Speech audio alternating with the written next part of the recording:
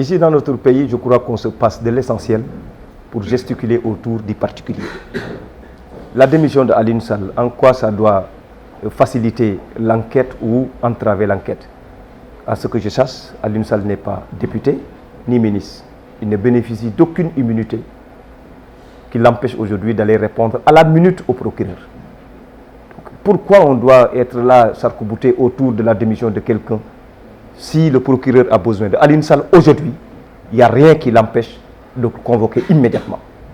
Donc moi je ne vois pas, je vois que ça c'est des détails. Ce qui est important, c'est que la lumière soit faite sur ce dossier et que ces tentatives de déstabilisation du Sénégal puissent être rétablies. L'image de notre pays puisse être rétablie. Voilà ce qui est important. Puisqu'on ne peut pas comprendre d'un média étranger qui vient ici accuser l'État du Sénégal de corruption et on parle de démission d'un fonctionnaire ou d'un agent.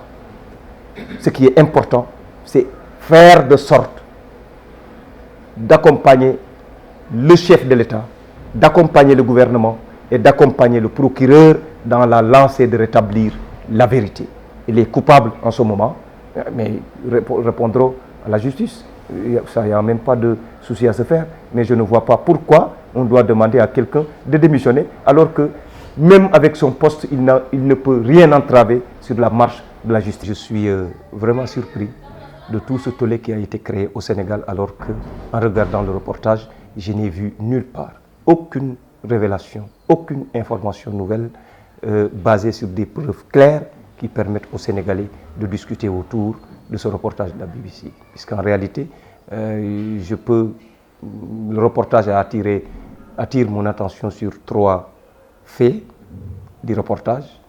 Le premier, c'est le salaire de M. Aliou Sall, qui a été révélé avec preuve à l'appui, le contrat.